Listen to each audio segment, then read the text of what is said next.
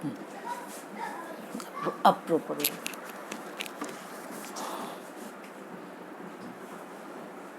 मैं doctor Manju Kanchal, MA final history paper second. आज हम पढ़ेंगे दिल्ली सल्तनत एवं अमीर वर्ग। इसके पूर्व में हमने जो अध्ययन किया अमीर वर्ग के संदर्भ में, उसमें गुलाम वंश के विभिन्न शासकों के संदर्भ में भी अमीर वर्ग के एग्जाम्पल देते हुए अध्ययन किया था, जिसमें कुतुबुद्दीन ऐबक, इल्तुतमिश और अब्सीनिया ताजिक अमीर, पेशकशी अमीर, इल्बारी तुर्क अमीर के भिन्न भिन्न स्थानों पर उदाहरण देकर स्पष्ट करने का प्रयास किया गया था। गुलाम वंश और अमीरों के योगदान के बाद दूसरा जो अमीर वर्ग था खिलजी सल्तनत काल में, या वंशानुगत जिसे हम देखते हैं, तो दूसरा वंशानुगत जातीय आधार पर वंश खलजी कालीन अमीर वर्ग के संदर्भ में हम लेते हैं। और खलजी कालीन अमीर वर्ग का जब हम अध्ययन करते हैं तो खिलजी वंश के दो प्रमुख शासक जलालुद्दीन खिलजी, अलाउद्दीन खिलजी के संदर्भ में बात करते हैं। अगर हम जलालुद्दीन खिलजी के बारे में बात करें तो उसके बारे में ये कहा जाता है कि उसने बलबन के काल के नव मुसलमानों को यानी मंगोलों को अपने शासन काल में यथावत रखा था और अपने दरबार में उनको आश्रय भी प्रदान किया था। उसने उनके शासनकाल का एक उदाहरण हमें प्राप्त होता है 1291-92 ईस्वी में। आपने पढ़ा होगा मध्यकाल का जब अध्ययन किया था चंगेज खां के बारे में, और चंगेज खां का पोता था अब्दुल्ला, और उसको कहा जाता है कि चंगेज खां ने हिंदुस्तान की विजय के लिए भेजा था, और जब वह भारत की तरफ रवाना हुआ तो जलालुद्दीन खिलजी ने उससे भयभीत होकर एक समझौता कर लिया था, और इसी समझौते के कारण मंगोल संकट जो भारत पर आने वाला था वो टल गया था। और फिर इस समझौते के अंतर्गत सुल्तान ने अपनी पुत्री का विवाह भी चंगेज खां के पोते के साथ में कर दिया था, और कहा जाता है कि उसके बाद जलालुद्दीन ने मंगोल जाति के जो सैनिक थे और जिन्होंने मुस्लिम धर्म को स्वीकार कर लिया था, उनको अपने दरबार में इक्ता और इनाम के रूप में गांव भी प्रदान किए थे, और उनका वेतन भी उन्होंने निश्चित कर दिया था। और इस प्रकार के जो उदाहरण मिलते हैं जिसमें वो मंगोल मुस्लिम धर्म स्वीकार कर चुके थे, और इंद्रप्रस्थ और किलो खारी नामक और गियासपुर नामक स्थानों पर इनकी बस्तियां बसाई गई थी, इनके मोहल्ले बनाए गए थे और वहां पर इनको बसाया गया था। और इस प्रकार से हम देखते हैं कि जलालुद्दीन खिलजी के शासनकाल में इन नव मुसलमान अमीरों का शासनकाल में महत्वपूर्ण स्थान पाया जाता है। अब इसके बाद जलालुद्दीन खिलजी के बाद उसका दामाद और भतीजा अलाउद्दीन खिलजी गद्दी पर बैठा, और अलाउद्दीन खिलजी के शासनकाल को यदि हम देखें तो उसके शासनकाल के विभिन्न उदाहरण हमें ये बताते हैं कि उसने इस स्थिति को परिवर्तित किया। क्यों परिवर्तित किया, इसके पीछे भी हमें अनेक कारण देखने को मिलते हैं। उसने ये देखा कि जो इल्बारी अमीर हैं, और जलालुद्दीन खिलजी के समय जब उसने अपने ससुर और चाचा, पिता तुल्य चाचा के विरुद्ध विद्रोह किया था, तो उस विद्रोह के अंतर्गत कई ऐसे अमीर थे जिन्होंने अलाउद्दीन खिलजी का साथ न देकर जलालुद्दीन खिलजी का साथ दिया था, और उसने उस गुट को समाप्त करने का प्रयास किया जब खिलजी वंश की सत्ता उसने हस्तगत की, और उस इल्बारी तुर्कों और अन्य अमीरों के स्थान पर उसने इस्लाम में परिवर्तित हिंदू जो अलाउद्दीन के शासनकाल में महत्वपूर्ण पदों पर आसीन हो चुके थे, उनके उदाहरण उस काल के हमें प्राप्त होते हैं। यानी उसने पूर्व के अमीर वर्ग को अपने दरबार में स्थान न देकर कई ऐसे हिंदू शासकों को, अमीरों को स्थान प्रदान किया जिन्होंने कि इस्लाम धर्म को स्वीकार कर लिया था। और ऐसे उदाहरण में हम ले सकते हैं, एक सबसे विश्वसनीय जो अलाउद्दीन खिलजी का सेनापति था, मलिक काफूर, हजार दिनारी, खुसरो खां, मलिक शाहीन जिसको बारबक के नाम से भी पुकारा जाता है, मलिक एक लखी, मलिक अहमद आदि ऐसे प्रमाण हमें प्राप्त होते हैं इनके नामों से, जो कि हिंदू अमीर थे और उन्होंने मुस्लिम धर्म को स्वीकार कर लिया था। और ऐसा जैसा कि उसने हिंदू मुस्लिमों को ज़्यादा महत्व दिया, इसके पीछे अलाउद्दीन खिलजी का उद्देश्य क्या था, कारण क्या था कि उसने मुस्लिम वास्तविक अमीरों को महत्व नहीं दिया। उसके पीछे प्रमुख कारण उसका ये था कि वह अपने खिलजी अमीरों की शक्ति पर अंकुश लगाना चाहता था और इसी कारण उनकी शक्ति को अंकुश लगाने के लिए उसने नवीन वर्ग को प्रोत्साहित किया और यह वर्ग दरबार में काफ़ी प्रभावशाली भी रहा। और अब अपने प्रतिद्वंदियों को समाप्त करने के लिए, अपनी साम्राज्य का विस्तार करने के लिए इस प्रकार के स्वामी भक्त हिंदू परिवर्तित मुस्लिम धर्मावलंबियों को उसने अपने दरबार में स्थान प्रदान किया। और इसके अलावा हमें ऐसे खिलजी वंश के समय में ऐसे अमीर वर्ग भी प्राप्त होता है जिनका दरबार में महत्वपूर्ण स्थान था। उसमें हम विदेशी अमीर वर्ग को ले सकते हैं।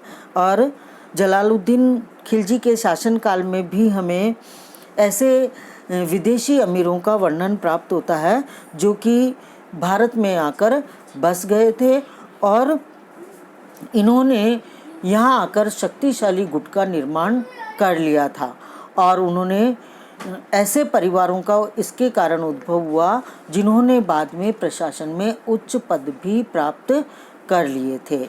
और यह विदेशी अमीर वर्ग जिन्होंने प्रशासन में उच्च पद प्राप्त किया था, बाद में ये जो स्वामी भक्त अमीर थे या वास्तविक जो अमीर थे उनसे ऊपर नहीं उठ पाए थे।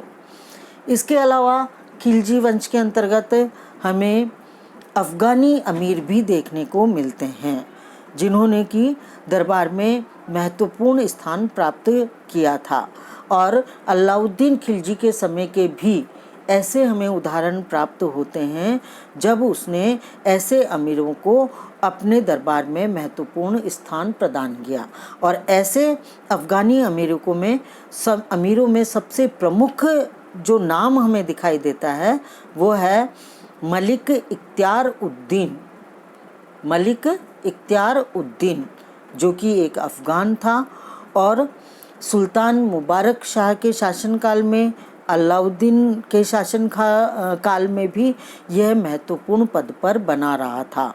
और इसके बारे में ये कहा जाता है कि जब बाबर के साथ युद्ध हुआ था, उस युद्ध के अंतर्गत भी खुसरो खां के नेतृत्व में उसने महत्वपूर्ण भूमिका निभाई थी। इसके अलावा अलाउद्दीन खिलजी के और अन्य उदाहरण हम देख सकते हैं और उसमें है आपके मौलाना अब्दुल करीम शेरवानी। यह एक प्रतिष्ठित अफ़गान अमीर था जो कि अपनी विद्वता के लिए प्रसिद्ध था और अलाउद्दीन ने उसे अपने दरबार में स्थान प्रदान किया था। ये थे आपके खिलजी कालीन अमीर वर्ग। इसके बाद हम लेंगे तीसरा जो आपका वंश है तुगलक कालीन अमीर वर्ग। और तुगलक कालीन अमीर वर्ग में हमें कुछ परिवर्तन देखने को मिलता है। क्या परिवर्तन देखने को मिलता है? इस काल तक आते आते अब नस्ल व जातीयता के सिद्धांत समाप्त हो गए थे और उसके स्थान पर योग्यता को स्थान प्रदान किया गया। और हमें ऐसे कई उदाहरण मिलते हैं जबकि जातीयता को पीछे हटाकर दूसरे वर्ग के अमीर वर्गों को इन्होंने अपने दरबार में स्थान प्रदान किया। और इसके पीछे जो प्रमुख कारण था वो कारण क्या था?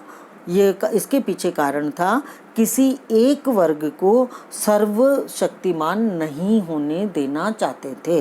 यानी तुगलक कालीन सुल्तान और खिलजी कालीन सुल्तान किसी एक वर्ग को शक्तिशाली नहीं बनने देना चाहते थे और इसलिए उन्होंने विभिन्न वर्गों को, विभिन्न अमीर वर्गों को स्थान अपने दरबार में प्रदान किया। और जैसे कि उदाहरण के रूप में हम देखते हैं कि तुगलक वंश में तुगलक वंश जो था वो हिंदुस्तान में उनका वंश खुद भी एक नया वंश था और बहुत मुश्किल से इन्होंने ये स्थान प्राप्त किया था और इसी कारण वह खिलजी अमीरों पर निर्भर नहीं रहना चाहते थे। यानी जो खिलजी अमीर दरबार में थे उन पर निर्भर नहीं रहना चाहते थे क्योंकि वह उन्हें पूर्ण सहयोग प्रदान नहीं करेंगे। और इसी कारण मोहम्मद तुगलक के द्वारा, यानी हमें तुगलक वंश के अंतर्गत दो प्रमुख शासकों का वर्णन हम पढ़ते हैं। किस किस का वर्णन पढ़ते हैं? पहले हैं मोहम्मद बिन तुगलक, जिसकी योजनाओं के बारे में आपने सेकंड ईयर में अध्ययन किया। फिर दूसरा है फिरोज तुगलक और इनके शासनकाल में हमें इस प्रकार के उदाहरण हमें उपलब्ध होते हैं जिन्होंने अपनी नीतियों में परिवर्तन किया था। अब मोहम्मद बिन तुगलक के बारे में ये कहा जाता है कि उसने अपनी प्रशासनिक उदारता का परिचय दिया और उसने नस्ल के और जाति के सिद्धांत को कमज़ोर करने का प्रयास किया और उसने अपने दरबार में विदेशियों, हिंदू, मंगोल, अरब, खुरासानी आदि अमीर वर्ग को अपने दरबार में स्थान प्रदान किया और इन खिलजी अमीरों के विरुद्ध संगठित होने का अवसर उसने प्रदान किया। और इस प्रकार से हम क्या देखते हैं कि जब उस मोहम्मद बिन तुगलक के द्वारा इस प्रकार का कार्य किया गया तो जो उच्च वर्ग पूर्व में भारत में पाया जाता था, दरबार में जो इल्बारी तुर्क अमीर वर्ग था और दूसरे जो अमीर वर्ग थे उनको जब तिरस्कृत किया गया मोहम्मद बिन तुगलक के द्वारा तो उनके मन में सुल्तान के प्रति घृणा की भावना आई। और विशेष तौर से यदि हम उलेमा वर्ग को लें तो उलेमा वर्ग ने इसका विरोध किया और उसने अपने निर्णय को सर्वोच्च रखकर मोहम्मद तुगलक का विरोध किया। और हम देखते हैं कि मोहम्मद तुगलक की जब मृत्यु हुई तो उसकी मृत्यु के बाद जो विभिन्न वर्ग थे, अमीर वर्ग, मुग़ल, अफ़गान, हिंदुस्तानी, उन्होंने संगठित रूप से कार्य किया और फिरोज़ तुगलक को उसका उत्तराधिकारी भी नियुक्त किया। यानी वास्तविक पूर्व में जो अमीर दरबार में पाए जाते थे, इल्बारी तुर्क अमीर, ताजिक अमीर, पेशकशी अमीर, उनके स्थान पर मोहम्मद बिन तुगलक के द्वारा अन्य अमीरों को संगठित किया गया और उसमें विदेशी, हिंदुस्तानी, अफ़गान, मुग़ल आदि को हम प्रमुख रूप से लेते हैं। और उन्होंने उसके समय में सफलतापूर्वक कार्य किया और फिरोज़ तुगलक का चयन करने में भी उन्होंने सहयोग प्रदान किया। और निश्चित रूप से जब तुगलक वंश में फिरोज़ तुगलक सुल्तान बना तो उसने उन सभी स्वामी भक्तों को जिन्होंने उसकी गद्दी नशीनी में सहायता की थी उचित इनाम देकर उनको सम्मानित किया और उनके संगठन को स्वीकृति भी प्रदान कर दी और उनकी देखरेख में उनके सहयोग से उसने अपना शासनकाल सुचारू रूप से भी चलाया। और ये सभी फिरोज तुगलक के शासनकाल में स्वामी भक्ति पूर्वक न केवल प्रशासनिक कार्य करते रहे बल्कि उन्होंने सैनिक कर्तव्यों का भी निर्वहन किया और अपने स्वार्थों को छोड़कर राज्य हित को सर्वोपरि माना। और इस प्रकार से हम देखते हैं कि फिरोज तुगलक का जो निर्णय था कि नस्ल और जातीय आधार पर अमीर वर्ग का चयन न करके उसने स्वामी भक्त अमीरों का चयन किया, वह उसके लिए लाभदायी रहा। और इसके कारण सल्तनत काल के जो इलबारी कालीन वंशानुगत जो सिद्धांत थे उनमें भी शिथिलता हमें देखने को मिलती है। और इसके आधार पर यदि जो तुगलक कालीन अमीर वर्ग का हमने अध्ययन किया और 2 तुगलक कालीन सुल्तानों के बारे में अध्ययन किया तो उसके बारे में एक विशेष चीज़ जो हमें ध्यान रखनी चाहिए और जिसका हमें अध्ययन भी करना चाहिए वो है कि जो अमीर वर्ग का चयन प्रारंभिक काल में वंशानुगत किया जाता था और अब उसमें धीरे धीरे परिवर्तन आता हमें दिखाई देता है। और ये वंशानुगत का जो सिद्धांत था भारत में कोई नया नहीं था। और जब मुस्लिम भारत में आए तो उन्होंने भी इस मुस्लिम पद्धति में इसको स्वीकार कर लिया था। और इल्तुतमिश के शासनकाल का यदि आप उदाहरण लेते हैं वंशानुगत के सिद्धांत का तो आप पाते हैं कि इतिहासकार उसकी नीति को सशक्त की सफलता के सिद्धांत में परिणित करते हैं और ये कहते हैं कि प्रारंभिक शासकों ने अमीरों को उच्च पद पर पहुंचाने के लिए वंशानुगत तत्व को महत्वपूर्ण स्थान प्रदान किया, लेकिन इल्तुतमिश के बाद के जो उत्तराधिकारी हुए उन्होंने वंशानुगत के सिद्धांत को इतना अधिक महत्व नहीं दिया। फिर बलबन का जब कार्यकाल आया, बीच में इल्तुतमिश और बलबन के कार्यकाल के अंतर्गत हमें कोई लेखा जोखा इसका प्राप्त नहीं होता है और बलबन ने वापस इल्तुतमिश के वंशानुगत सिद्धांत को महत्व प्रदान किया। और इसमें एक हमें इतिहासकार हैं आपके ABP निगम और उन्होंने ये कहा है कि बलबन के बारे में कहा है उन्होंने कि बलबन स्वयं एक निम्न जाति से संबंध रखता था और इस कारण वो अपने आप को अमीरों में श्रेष्ठ दिखाना चाहता था, उच्च वंश का अपने को समकक्ष दिखाना चाहता था। और इसी कारण बलबन के बारे में इतिहासकार ये कहते हैं कि उसने निम्न जाति के होने के कारण, निम्न वंश का होने के कारण अपने आप को उच्च दिखाने के लिए इस वंशानुगत के सिद्धांत को महत्व प्रदान किया। और बाद में उसके पुत्र केकुबाद के शासनकाल में भी इसको महत्व प्रदान किया।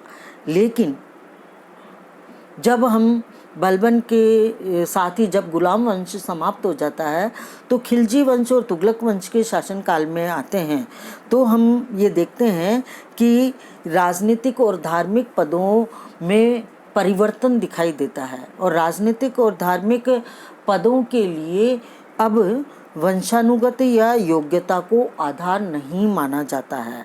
और इसका जो प्रमुख कारण था वो ये था कि ये जो थे खिलजी वंश के शासक और तुगलक वंश के शासक, चूँकि वो गुलाम नहीं थे, बलबन और गुलाम वंश इल्तुतमिश ये गुलाम वंश के शासक थे और इसके कारण उनमें हीनता की भावना पाई जाती थी। और खिलजी और तुगलक वंश के शासक चूँकि गुलाम नहीं थे और इसी कारण उन्होंने अपनी नीति में परिवर्तन किया और उन्होंने वंशानुगत और योग्यता को आधार माना, यानी दोनों को उन्होंने महत्व प्रदान किया। और इसमें हमें इससे उनको लाभ क्या हुआ, जैसे योग्यता के आधार पर जब उन्होंने पद प्रदान किए, राजनीतिक पद, तो उनको लाभ क्या हुआ, तो उसमें उनको आर्थिक लाभ की प्राप्ति हुई, क्योंकि इनका चयन किसके कारण हुआ था, सुल्तान की अनुकंपा के कारण हुआ था। और सुल्तान की अनुकंपा के कारण हुआ और इसी कारण उन्होंने स्वामी भक्ति का प्रदर्शन किया और उनके बीच में आपसी संघर्ष भी नहीं हुआ और इसी कारण इन सुल्तानों को आर्थिक लाभ की प्राप्ति हुई। और यदि हम फिरोज तुगलक के काल का उदाहरण देखें तो उसके शासनकाल में भी हम देखते हैं कि इनके पुत्रों को उसने फिरोज तुगलक ने पूर्णतः पदों को वंशानुगत बना दिया था, यानी उत्तराधिकारी उनके चुने जाते रहे। और उसने उनके पिता की मृत्यु के बाद उनको पुत्रों को इक्ता प्रदान किया, उच्च पद प्रदान किए और इस प्रकार से वंशानुगत अमीरों का फिरोज तुगलक के शासनकाल में एक पूरा विशेष वर्ग बन गया था, हम ये कह सकते हैं। और चूँकि ऐसे उदाहरण उनके सुल्तानों के शासनकाल में हम देखते हैं जिन्होंने इन सुल्तानों की काफ़ी सेवा की। उसमें एक उदाहरण है आपके मलिक मकबूल, दूसरा उदाहरण है आपके बशीर सुल्तानी, तीसरा उदाहरण है आपके सामने किवाम उल मुल्क।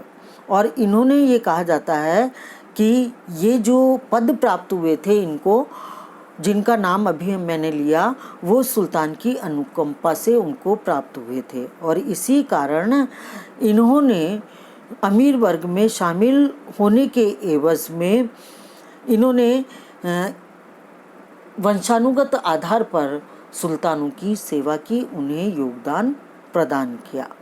और इस प्रकार से हम निष्कर्ष रूप में ये कह सकते हैं कि यह प्रत्येक सुल्तान खिलजी वंश के लिए या तुगलक काल के लिए उनके लिए लाभप्रद रहे। अब इसके बाद एक और जो विशेष प्रश्न अमीर वर्ग के संबंध में आता है कि अभी तक तो हमने गुलाम वंश के अमीर शासकों और अमीरों के बारे में अध्ययन किया, खिलजी और तुगलक कालीन शासकों और अमीरों के वर्ग के संबंध में हमने वर्णन किया। अब हम लेते हैं कि समाज में, चाहे वह मुस्लिम समाज हो चाहे वह हिंदू समाज हो, इन दोनों में एक और वर्ग दिखाई देता है जिसे कि हम मध्यम वर्ग कह सकते हैं। और मध्यम वर्ग में प्रमुख रूप से जिनको हम शामिल करते हैं वो है आपका व्यापारिक वर्ग। और यह भी आप जानते हैं कि व्यापारिक वर्ग को हम धनाढ्य वर्ग भी कहते हैं। अब धनाढ्य वर्ग क्यों कहते हैं? क्योंकि अपने व्यापार के माध्यम से इन्होंने काफ़ी धन अर्जित किया समाज में और उनका एक अलग ही वर्ग पाया जाता है। एक और जो मध्यम वर्ग में वर्ग पाया जाता है उससे हम कह सकते हैं विद्वानों का वर्ग। चाहे इन दोनों ही वर्गों के बारे में जब वर्णन करें तो इनका प्रशासनिक दृष्टि से इनको महत्वपूर्ण पद प्राप्त हो या ना हो, लेकिन इनकी उपलब्धियों के कारण समाज में इनको प्रतिष्ठित पद प्रदान किया गया था या इनकी समाज में प्रतिष्ठा पाई जाती थी और इनको कोई पद नहीं दिया जाता था। और इस प्रकार के उदाहरण आप लें, जैसे एक इतिहासकार है आपके जियाउद्दीन बर्नी। जियाउद्दीन बर्नी ने एक शाह के बारे में लिखा है, यानी दिल्ली का एक उदाहरण लिया है। दिल्ली में एक शाह था और वो साहूकार बन गया था यानी व्यवसाय से वो इतना धनी हो गया था कि वो साहूकारी का काम करने लगा था और वह कहीं को उधार भी, कर्ज भी देता था और लेन देन का काम भी वो करता था। और इस आधार पर उसे राजधानी के उमरा वर्ग में शामिल किया गया था। यानी अमीरों का एक और वर्ग है उमरा वर्ग, उसमें उसको शामिल किया गया था। अमीर और उमरा एक ही बात है, अभी कुछ समय पहले मैंने आपको समझाया था। तो उमरा वर्ग में इनको शामिल किया गया। इसी प्रकार से जियाउद्दीन बर्नी ने एक और उदाहरण दिया है कि जैसे ब्राह्मण हैं, ठाकुर हैं, जो कि धनी हो गए थे, उन्होंने इतने धनी वो हो चुके थे कि अमीरों की तरह उन्होंने अपना रहन सहन अपना लिया था। यानी वो शाही तरीके से रहते थे और जीवन यापन करते थे। व्यावहारिकता में हम उनको अमीर वर्ग में शामिल नहीं करते हैं, लेकिन वास्तविक में उनमें जो रहने का ढंग था वो अमीर वर्ग के समान पाया जाता था। तो इस प्रकार से हम क्या देखते हैं कि मध्यम वर्ग की स्थिति भी अमीर वर्ग के समकक्ष थी व्यवहारिक रूप में, लेकिन प्रशासनिक रूप से उन्हें कोई पद प्रदान नहीं किया गया था। ऐसे कुछ उदाहरण हमें प्राप्त होते हैं जिसमें किसी धनाढ्य व्यापारी को और ब्राह्मण वर्ग के सदस्यों को उमरा वर्ग में शामिल किया गया था। अब इस प्रकार से यदि हम अलाउद्दीन खिलजी के शासन काल का उदाहरण देखें और राजस्व से संबंध की बात करें, जिसे इक्ता कहा जाता है, जैसा कि इक्ता के बारे में मैंने पूर्व के वीडियो में आपको समझाया था कि वह भूमि या भूक्षेत्र हुआ करता था जहाँ जो कि सुल्तानों के द्वारा अमीर वर्ग के सदस्यों को प्रदान किया जाता था। और इन क्षेत्रीय इकाइयों को से जो राजस्व प्राप्त होता था या जो कलेक्ट करता था राजस्व, उसको इक्तादार कहा जाता था। अब ये जो इक्तादार था वो भी एक तरह से यदि हम इनका स्टेटस देखें तो अमीर वर्ग के समान ही होता था, लेकिन इसको अमीर वर्ग से इनका सीधा संबंध पाया जाता था, लेकिन इन्हें इसमें शामिल नहीं किया गया था। और कहा जाता है कि जैसे बलबन के समय में और इल्तुतमिश के समय में 40 अमीरों का एक दल बनाया गया था और ये 40 जो सदस्य थे वो बहुत ज़्यादा शक्तिशाली हो गए थे और बलबन भी उसमें से एक ही था जिसने फिर बाद में सुल्तान का पद प्राप्त किया था। और उसके बाद चूंकि वो इसके दुर्गुण जानता था और इसी कारण उसने इल्तुतमिश के इस गुलामों के दल को समाप्त कर दिया था। और अलाउद्दीन खिलजी ने भी इसी कारण इस व्यवस्था में परिवर्तन किया था और नवोदित भारतीय, तुर्क, भारतीय गुलाम, विदेशियों को उसने प्रधानता नौकरशाही में या प्रशासन में या राजकीय तंत्र में उसने प्रदान की थी। और यही परिवर्तन हमें तुगलक काल में भी देखने को मिला और उसमें भी हम देखते हैं कि बड़ी संख्या में विदेशियों को प्रशासन में भर्ती किया गया था और उसमें नवोदित मुस्लिम हिंदुओं को भी भर्ती किया गया। और हबीब महोदय ने भी ये कहा है कि ये जो परिवर्तन खिलजी काल में और तुगलक काल में हमें जो देखने को मिलता है, इसके पीछे कारण क्या है। तो उन्होंने इसके पीछे परिवर्तन का जो कारण बताया है वह है इक्ता व्यवस्था की प्रकृति। और उस इक्ता व्यवस्था की जो उन्होंने प्रवृत्ति बताई है कि उसमें चूंकि इन अमीरों को शामिल नहीं किया गया था इक्तादार को, और इसी कारण कि यह इक्तादार बाद में बहुत अधिक धनी बने और इन्होंने अमीर वर्ग के समकक्ष बनने का प्रयास किया। और आपको ये भी पता है कि ये जो इक्तादार थे वह उस भूमि पर अपना दावा नहीं कर सकते थे और सुल्तान के द्वारा उनको वहाँ से हटाया जा सकता था। और इसी कारण फिरोज़ तुगलक ने उनकी भावनाओं का आदर करते हुए सरकारी पदों के लिए, सार्वजनिक पदों के लिए वंशानुगत नीति का पालन भी किया था और इसलिए इसके अंतर्गत उसने गुलामों की भर्ती भी की थी। और इस प्रकार से ये सारे परिवर्तन हमें वहीं से देखने को मिलते हैं। और लोदी वंश तक आते आते यदि हम देखें तो जो अफ़गानी थे उनके मुखियाओं ने एक नए अमीर वर्ग का निर्माण किया और उस वर्ग के अंतर्गत ये सारे क्षेत्रीय जो अधिकारी थे उनको वंशानुगत अधिकार भी प्राप्त हुआ।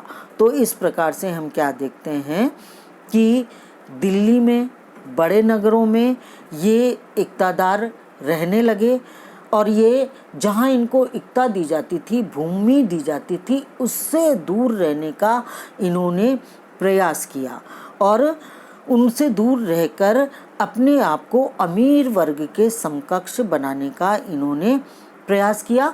और जो राजस्व या उत्पादित माल, अनाज उन्हें जो प्राप्त होता था इक़्ता में, उसको वो तुरंत वहीं पर महाजन को बेच दिया करते थे और किसानों से जो माल लेकर महाजन को बेचते थे उनसे कस्बों में, गांवों में, नगरों में व्यापार का सिलसिला प्रारंभ हुआ। और इस प्रकार से हम देखते हैं कि एक नया वर्ग उत्पन्न हुआ जिसे कि व्यापारिक वर्ग कहा गया और जिसने कि आर्थिक स्थिति में विशेष योगदान प्रदान किया और नगरों के विकास में भी महत्वपूर्ण योगदान प्रदान किया। तो ये थे आपके ये मध्यम वर्ग, धनाढ्य व्यापारिक वर्ग किस प्रकार से धनाढ्य बना। इक़्तादार जब शामिल हुए तो इनको धनाढ्य बनने का मौका प्राप्त हुआ। अब ये जो अमीर वर्ग हमने वंशों के आधार पर देखे, खिलजी वंश, गुलाम वंश, तुगलक वंश, मध्यम वर्ग, उनके आधार पर यदि हम देखें तो राजनीति में इनका क्या योगदान रहा। और अगर इनके राजनीतिक के योगदान को यदि हम देखें तो कई ऐसे उदाहरण हमें सल्तनत काल में देखने को मिलते हैं जिन्होंने, ऐसे अमीरों ने सुल्तान के लिए राज्य के विस्तार और विकास में महत्वपूर्ण योगदान प्रदान किया। और सबसे पहले बर्नी महोदय का वर्णन हम देखते हैं। बर्नी महोदय एक उदाहरण देते हैं दिल्ली का, और दिल्ली में एक कोतवाल था और उसका नाम था फ़खरुद्दीन और कहा जाता है कि वह केकूबाद का प्रमुख सलाहकार भी था और उसने इल्तुतमिश के राज्यकाल में एक प्रमुख उपदेश प्रदान किया। और उसने क्या कहा? उसने ये कहा कि सुल्तान अनेक बार वह खुदा के सामने बैठकर ये कहता था, इल्तुतमिश, कि मैं उन अमीरों के प्रति अपनी कृतज्ञता, धन्यवाद प्रकट करता हूँ जिन्होंने मुझे सहायता प्रदान की और मुझे सम्मान प्रदान किया। वो मुझसे 1000 गुना अच्छे हैं, जो मेरे आगे पीछे नियमों के अनुसार चलते हैं, मेरे सामने हाथ फैलाते हैं, मेरे सामने दरबार में खड़े रहते हैं और मैं उनकी प्रतिष्ठा और सम्मान के कारण जितना वो मुझे सम्मान देते हैं उससे मुझे लज्जा आती है और मेरी ये इच्छा होती है कि मैं राज सिंहासन से नीचे उतरूं और उनके हाथ पैर चूम लूं। तो इससे हमें क्या स्पष्ट होता है? हमें ये स्पष्ट होता है कि राजनीति में अमीर वर्ग का कितना अधिक योगदान था और योग्य जो अमीर थे जिन्होंने स्वामी भक्ति सुल्तानों के प्रति दिखाई, उसको इल्तुतमिश जैसे सुल्तान ने स्वीकार किया है और उनको धन्यवाद दिया है। और निसंदेह निष्कर्ष रूप में हम ये कह सकते हैं कि सल्तनत के विस्तार में, सुदृढ़ीकरण में इनका महत्वपूर्ण योगदान रहा है। चाहे गुलाम वंश से लेकर हम आगे तक के सुल्तानों का अध्ययन करें तो इल्तुतमिश के शासनकाल में ही जो 40 अमीरों का दल था उसने प्रमुख रूप से उसके साम्राज्य विस्तार में मंगोलों के आक्रमण से इनसे उसे सुरक्षा प्रदान की थी। इसके बाद अलाउद्दीन खिलजी का समय लें, बलबन का समय लें, तो बलबन ने भी उसे सहायता प्रदान की। और इसके अलावा जब इल्तुतमिश की मृत्यु हो गई तो ये जो 40 गुलामों का दल था वो बहुत ज़्यादा शक्तिशाली बन गया। और उसने शक्तिशाली बनने के बाद झुकना और किसी की बात मानना, अपने अधिकार को स्वीकार करना शुरू कर दिया। और अब वो ये क्या चाहने लगे कि वह राज सत्ता के नियंत्रण में नहीं रहें और अपने अधिकार प्राप्त करें, एकता, प्रभुत्व, वैभव प्राप्त करें। इसका इन्होंने प्रयास करना शुरू कर दिया। और इसी कारण अलाउद्दीन खिलजी से पूर्व हम क्या देखते हैं, अमीरों की शक्ति और उनका संगठन बहुत ज़्यादा बढ़ गया और शक्तिशाली उनका संगठन हो गया। और इससे इल्तुतमिश के जो बाद के शासक रहे बलबन से पहले, वो उनको बहुत हानि हुई। और उसके बाद बलबन ने इसमें जागरूकता दिखाई और उस जागरूकता के अंतर्गत उसने 40 गुलामों के दल को योजनाबद्ध तरीके से समाप्त किया और छिन्न-भिन्न कर दिया, जिससे कि वह पुनः प्रतिष्ठित हो सके, अपने पद, अपने सम्मान को वह प्राप्त कर सके। तो उसने प्रयास किया। और उसने अपने पुत्र को, एक और उदाहरण हमें मिलता है कि बलबन ने अपने पुत्र को एक नसीहत दी। क्या नसीहत दी? कि वह अपने साम्राज्य में अमीरों के सहयोग के बिना समृद्धि प्राप्त नहीं कर सकता है। यदि वह किसी अमीर का अपमान करता है, उसे दुख पहुंचाता है, तो उसकी पूर्ति कभी भी नहीं हो सकेगी। और अगर उसका वह अनादर करेगा तो उसका राज्य खत्म हो जाएगा। उनको यानी उसके पुत्र को नसीहत देते हुए उसने यह भी कहा कि उसको दूसरों की आलोचना करने वालों, दूसरों के कामों में कमियां निकालने वालों से दूर रहना चाहिए और उनको उच्च पद प्रदान नहीं करना चाहिए। तो इस प्रकार की उसने नसीहत दी। इस उदाहरण से भी, बलबन के इस उदाहरण से भी हमें ये पता चलता है कि राजनीति में अमीरों का बहुत अधिक सम्मान था और उन्हें प्रतिष्ठा प्रदान की जाती थी और उनका विरोध करने की नसीहत नहीं दी जाती थी। इस प्रकार से यह बलबन के काल का उदाहरण हमें मिलता है। फिर इसके बाद अलाउद्दीन खिलजी के समय में हम देखते हैं कि भारतीय अमीरों को शासक वर्ग में शामिल किया गया, उन्हें उच्च पद प्रदान किए गए और उन्होंने राजनीतिक दृष्टि से अलाउद्दीन खिलजी को महत्वपूर्ण योगदान भी प्रदान किया। और अलाउद्दीन खिलजी की जो दक्षिण नीति हम देखते हैं, उस नीति में भी उन्होंने सहयोग उनको प्रदान किया। उसके बाद कुछ समय के बाद राजनीतिक दृष्टि से परिस्थितियां बदलती हैं और तुगलक काल में हम देखते हैं कि कई ऐसे अमीर हुए जो कि पदभ्रष्ट हो चुके थे और सत्ता के भूखे पाए जाते थे। और इसी कारण अलाउद्दीन खिलजी ने और तुगलकालीन शासकों ने विदेशियों को आमंत्रित करके उच्च पद प्रदान किए थे और उन्होंने पूरी स्वामी भक्ति उनके प्रति दिखाई थी। तो हम क्या देखते हैं कि ये परिवर्तन होता रहा, जिस जिस प्रकार की परिस्थितियां रही उस प्रकार से परिवर्तन हमें देखने को मिलता है।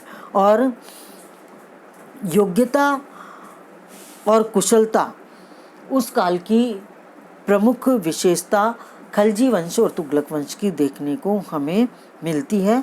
और इस प्रकार के कई उदाहरण हमें गुजरात में, मुल्तान में, बदायूं में देखने को मिलती हैं, जिसमें कि उन्होंने ऐसे निम्न वर्ग के सदस्यों को भी सम्मान प्रदान किए एकता प्रदान की, उच्च पद प्रदान किए, जिसमें उदाहरण के रूप में हम ले सकते हैं अजीज खम्मार और मनका तब्बाक आदि को प्रमुख रूप से ले सकते हैं।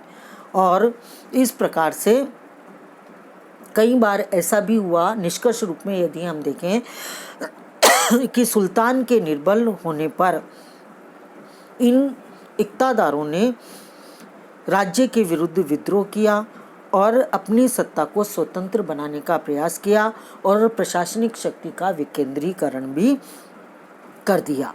और ये लोदी वंश के समय में और सैयद वंश के समय में ये देखने को मिलते हैं। लेकिन निष्कर्ष रूप में हम ये कह सकते हैं कि शासक और अमीर के जो संबंध थे वह सेवक के रूप में नहीं थे, बल्कि एक भागीदारी के रूप में हमें देखने के मिलते हैं। चाहे वह अमीर दिल्ली सल्तनत के खान हो, मलिक हो, अमीर हो, मनसबदार हो या शाही सत्ता के वंशानुगत पदाधिकारी हों। तो इस प्रकार से इस वीडियो में हमने ये पढ़ा कि दिल्ली सल्तनत के विभिन्न वंशों के अमीर वर्ग का क्या योगदान रहा, व्यापारी वर्ग का क्या योगदान रहा और अमीर वर्ग का राजनीति में क्या योगदान रहा। धन्यवाद। बाप रे, थक गई आज।